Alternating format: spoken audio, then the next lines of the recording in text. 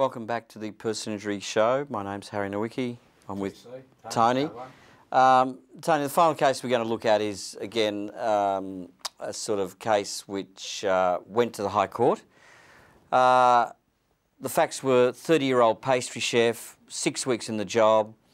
The employer told her to reassemble a donut-making machine. It was wet, it had been washed and cleaned, reassemble it. Do you know what the employer told the pastry chef to do? It was bizarre. Say it. the employer said to the pastry chef, just give it a go.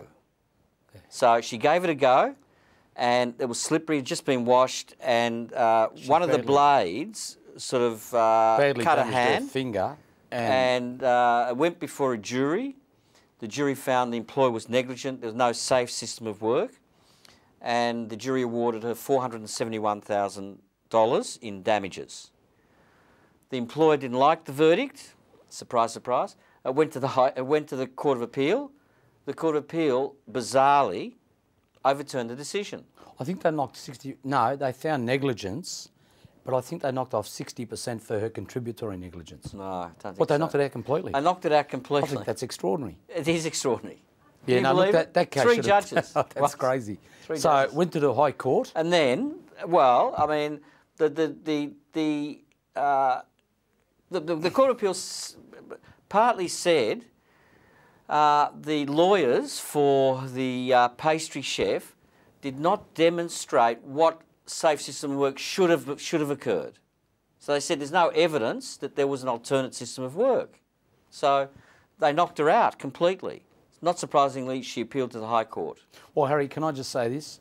One of the things they could have done is given her some gloves. Surely there would have been some sort of suitable gloves but that would have reduced her injuries. There was no evidence. If she was still in, yeah, no, it was pretty slack on the part of the lawyers in that case.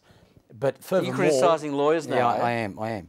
Plus, furthermore, I'll say another thing. There was no proper instruction. Show them how to do it. Give her a trial run. Do anything. Give her a practical... Yeah. Well, look, the High Court said, look, there should have been a practical demonstration. There were alternatives. Yeah, of course.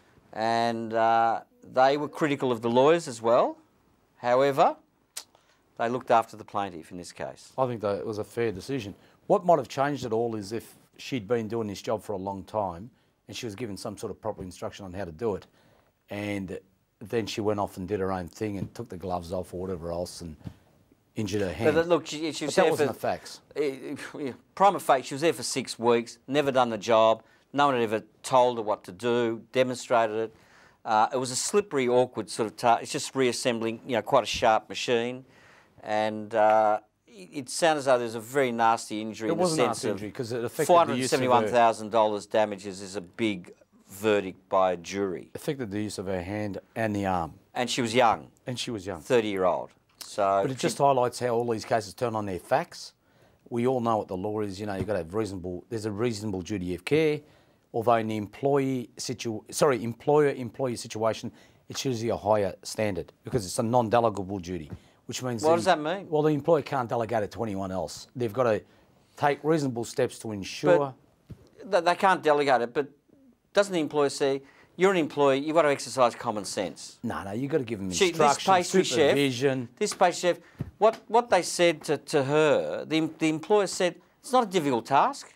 Just go ahead and do it. Give it a go. Well, Harry, it was a dangerous machine. It wasn't. It was. It's sharp. It turned out to be a dangerous machine to her, but the employer said initially, just give it a go. Harry, exercise your common sense. How many people have you seen? You're 30 years old.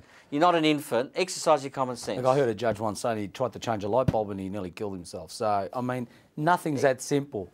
I mean, everyone needs some sort of guidance, instruction, some direction. They do need it. I mean, that's what the law talks about. That's why it's there. It's in place to protect people. So, and that's what Justice Kirby's always said in the High Court. God bless his soul, he's since retired. Yeah. No, he said, look, the laws are to prevent accidents. Yes. And the whole focus of the law, of this area of law, is to prevent accidents. And what the employer should do is be reasonable and exercise their common sense. That's right. And they shouldn't then throw the onus back on employees to sort of work out what is a safe system of work. So you can't just wash your hands and say, look, you know, work out your own safe system Especially of work. when the employer's got to turn their mind to it, think about what the risks are, and then work out what is a safe system of work. Especially when the cost of implementing something safe is not that expensive. Is minimal. Is very well, in inexpensive. this case, the team leader, the supervisor, just should have demonstrated to this person how to assemble this machine. Would have been simple. Accident would never have happened, and you know, she would have still been. Well, Harry, because our legends... Again, the jury. You know, did the jury get it right? Well, she won, so I think they did. Did they? I mean, my allegiance is always to these injured people. I mean, we know what they go through and the trauma and hardship and, you know, anguish and everything else. So, look, you know, being a plaintiff lawyer for nearly 25 years, that, you know, you generally feel for. Is it Tats Lotto? Probably not, because there would have been an element of general damages. She's young, you know, she probably couldn't use her hand couldn't do a lot of things. You know, you need both hands. Let's be realistic if you want to engage in sport and activities. And there would have been an element of loss of income in there.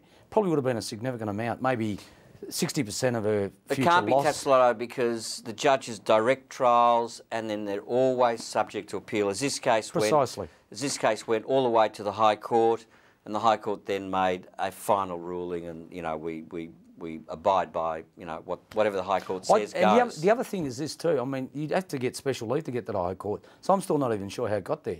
Well, the High Court thought, look, it deserves special public leave. Interest. That's all we've got time for today. We're common law lawyers. We love common law, and we should fight to retain common law in Victoria. Thanks, Harry. Thanks, viewers.